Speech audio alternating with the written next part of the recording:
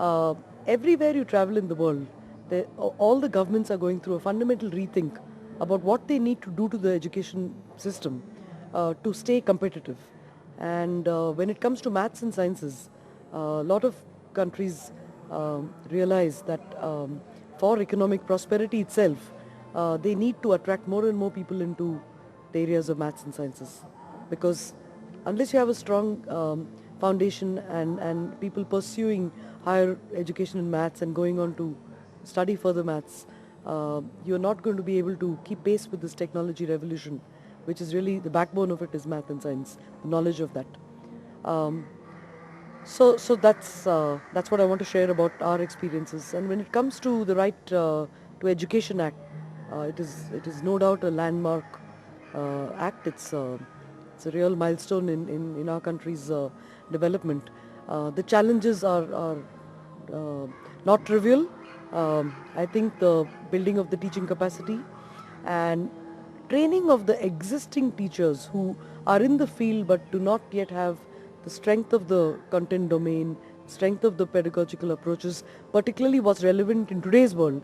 I think the biggest challenge would be to build the teaching capacity, to make available the highest quality teaching resources available to these teachers and disseminated far and wide in the country.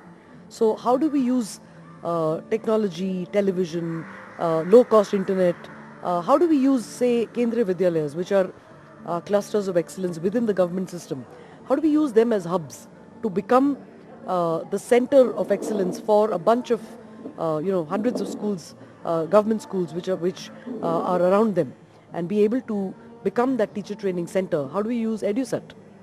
I think we have some extremely good building blocks in the country. What we need to do now is to get into a very meaningful public-private partnerships. So, for example, if you look at math and science, I would say that we really at Heymath for the last 10 years we've done enormous amount of research in how best to use technology, how to bring in the best teaching practices. Now, why reinvent the wheel? We've got this wealth of knowledge into a curriculum which works for CBSE, which works for state boards. Now, the challenge would be to how do we distribute this? How do we take it to the remotest parts of India? What delivery channels do we use? How do you, leverage EduSat? These would be the challenges. And I think we should also learn from some experiences in Latin America. I believe in places like Mexico and Chile, there have been a lot of progress in taking their own Right to Education Act to the masses, particularly in training teachers. So I think we need to look at how they've used TV as a medium, how they've used low-cost internet bandwidth, and replicate some of those good practices in our country. The other thing which would be music to our ears is if we can try and replicate a process like the Teach for America program. There is a program called Teach for America.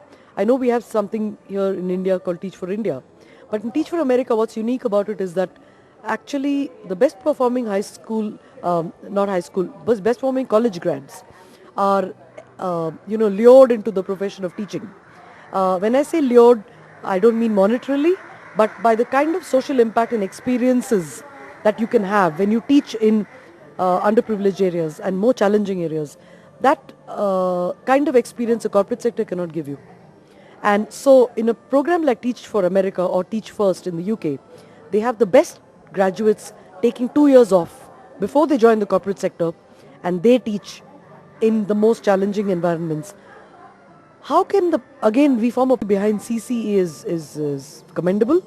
The reason I say that is I think this is an opportunity now for us to actually really raise our standards in India and to truly be able to benchmark with global standards.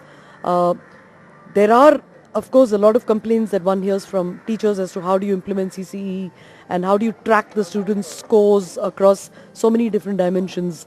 And I think the administrative load of it is what I keep hearing. But I don't think that should be insurmountable when you look at technology playing a role in taking away some of that load. For example, when it comes to mathematics, some of the schools that use our program have started using Heymath very, very directly for CCE. So in all the formative assessments that in mathematics that happens, both in the classroom when the teacher is unfolding a particular concept in the class and is using interactive questioning style which is inbuilt into the lesson, or a team-based quiz, and following that up with multiple choice questions, all from a database, an online database of questions. I think that is when the true power of CCE comes into play, because now not only the teacher has had access to technology, but also does not have the chore of keeping track of how well the child did and what they didn't understand and how do they have data to do the timely intervention. So I think if we can take away a bit of the administrative load of the teacher through technology and also provide the right content to be able to do the formative assessment, do the summative and diagnostic assessment, then I think the real philosophy of the CCE will actually be fully realized.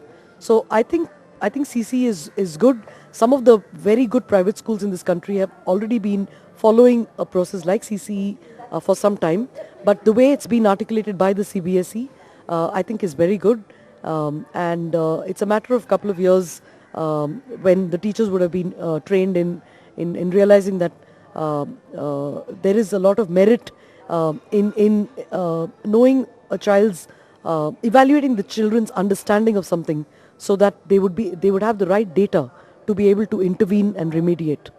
Those are really my views.